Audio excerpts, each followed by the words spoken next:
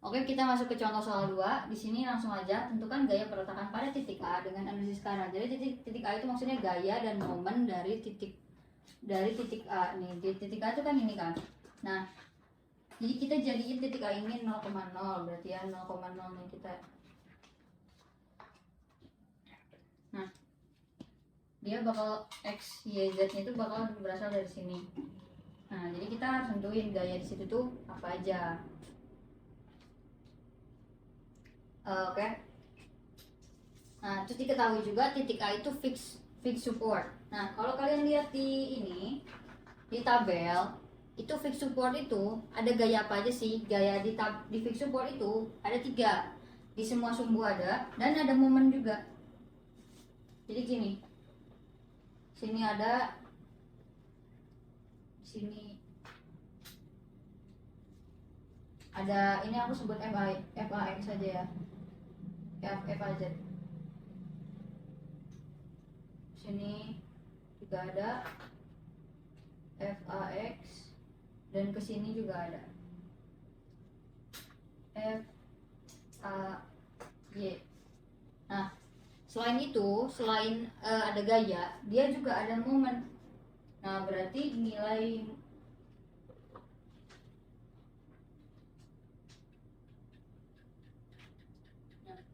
berarti dia tuh punya nilai momen di situ.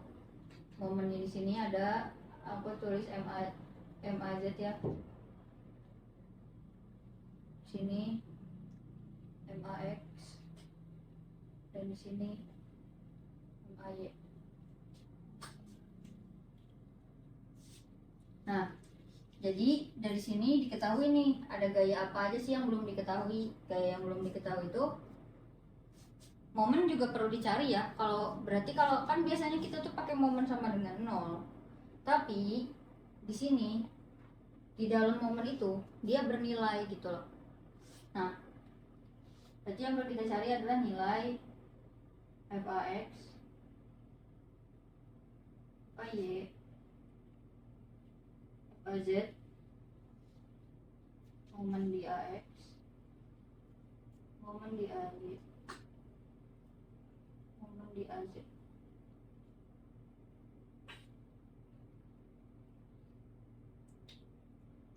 Nah, ini yang perlu kita cari. Nah, kita langsung masuk aja ke soal, ke perhitungan. Kayak biasa kita mulai dari sigma fx dulu.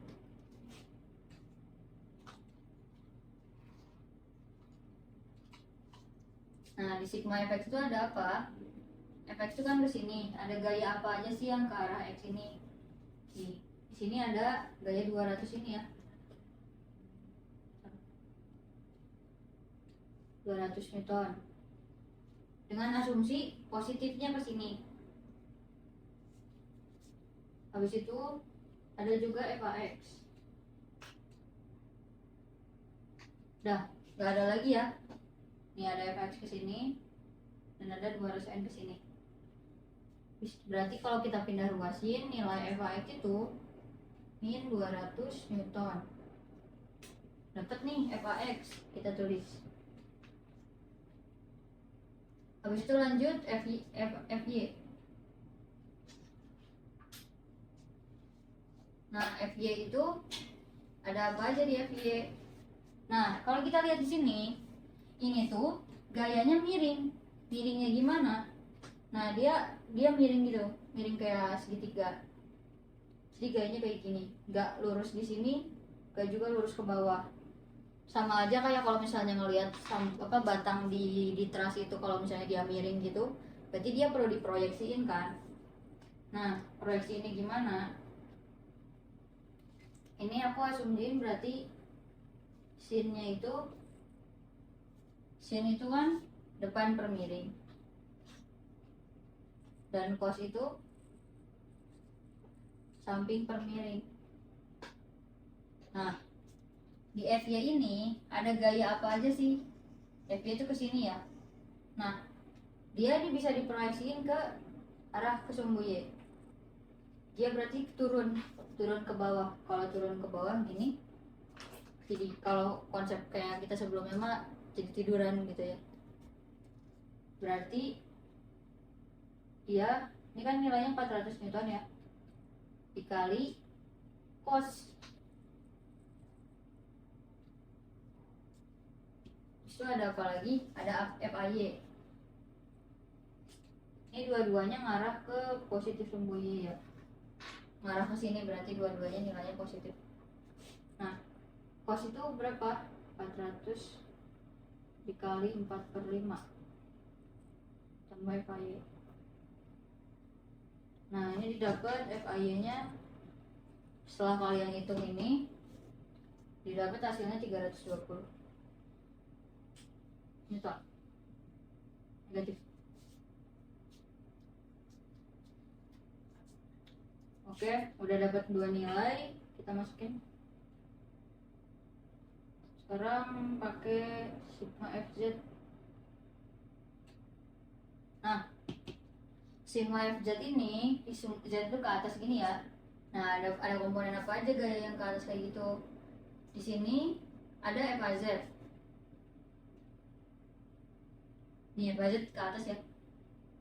Nah, selain itu ada ini 400 Newton ini, dia bisa diproyeksiin di sumbu Y, juga bisa diproyeksiin ke sumbu X gitu sih. Dia tuh kayak gini.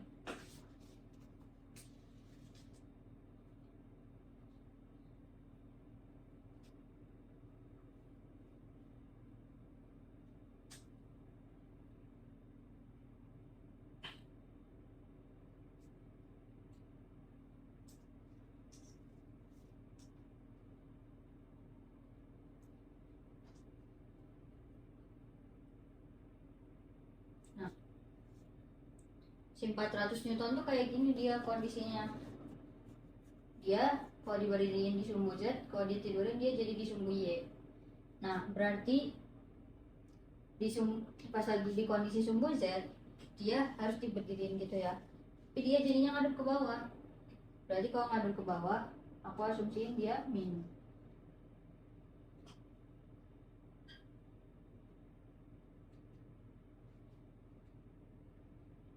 Nah, udah kan cuma dua ini doang kalau di sumbu Z. Kita selesain.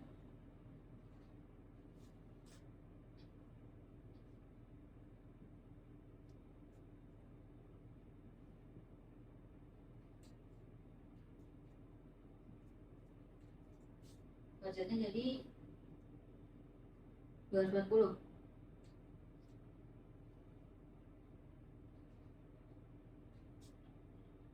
Dapat 3. Oke, sekarang semua gaya F-nya udah dipakai. Kita sekarang masuk ke momen. Kita masuk ke momen nih.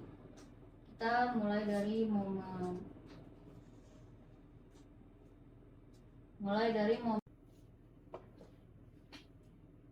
Oke, kita masuk ke momen yang kan tadi Fx, Fy, Fz udah.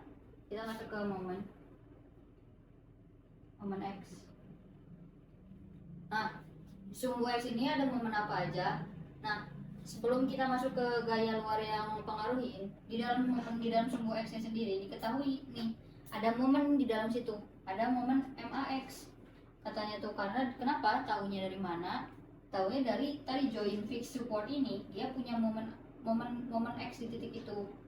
Nah, berarti di sini ada MAX. Kita perlu masukin nilai MAX ini. Nah, setelah itu apa? Ada 400N ini. 400N-nya kita bisa berdiriin biar dia bisa ngedorong sumbu F ini. Nah, tapi kalau ngedorong gitu, dia bakal muterinnya kayak gini ya. Berarti dia jadi negatif. Berarti 400N itu negatif. Jangan lupa kalau dia mau diberdiriin dikalisin. Dan jaraknya ini 6 ya. Dengan 0. Kita hitung. Kalau dihitung itu nanti dia dapatnya 1440 Newton meter. Oke. 1440 Newton meter. Selanjutnya masuk ke sigma MY. Nah, di sigma M-nya ini ada apa aja sih, sama kayak ini. Tadi diketahui kalau misalnya di sumbu Y nya juga ada MAY ya, di titik A itu ada momen di sumbu Y, berarti MAY itu harus dimasukin. Nah habis itu ada apa lagi yang bisa mempengaruhi dia gini adalah 400N lagi. 400N itu bisa kalau dia diberdiriin, dia bisa ngedorong sumbu Y ke sini gini ya. Sedangkan sumbu Y itu positifnya kayak gini, positif, berarti 400N ini ngasih nilai negatif lagi.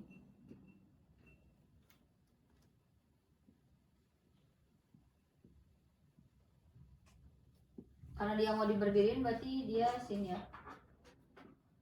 Dan jarak dari Y ke gaya ini, sumbu Y kan sepanjang ini. Nah jaraknya ini ya, 2M. Dengan 0. Selain itu udah gak ada lagi. Ini dihitung. Nanti dapat hasilnya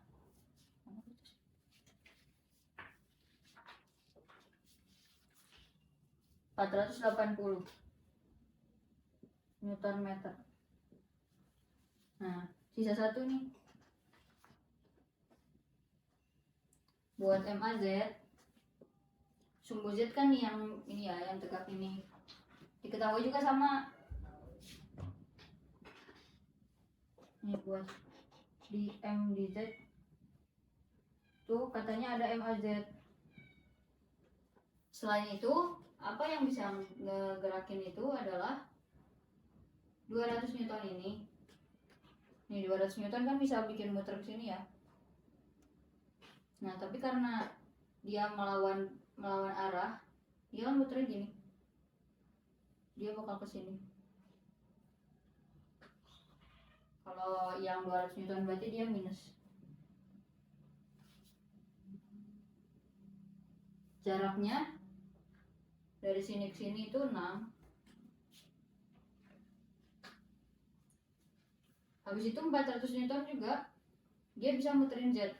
Kalau dia dikali cos, dia jadi kayak gini, dia bisa muterin kayak gini, muterin.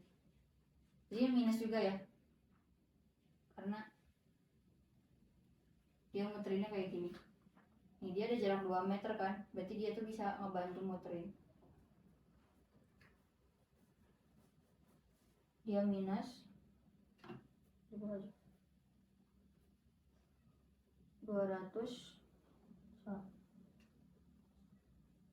400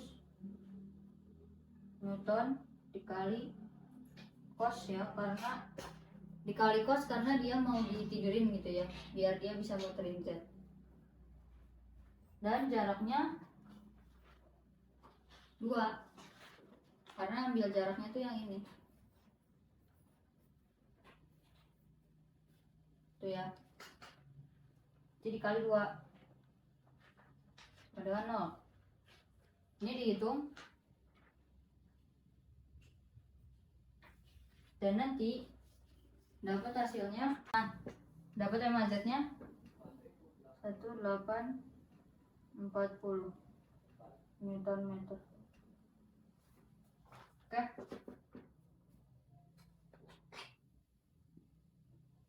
Nah, sekarang semua komponennya udah dapet. Udah selesai untuk contoh soal nomor 2.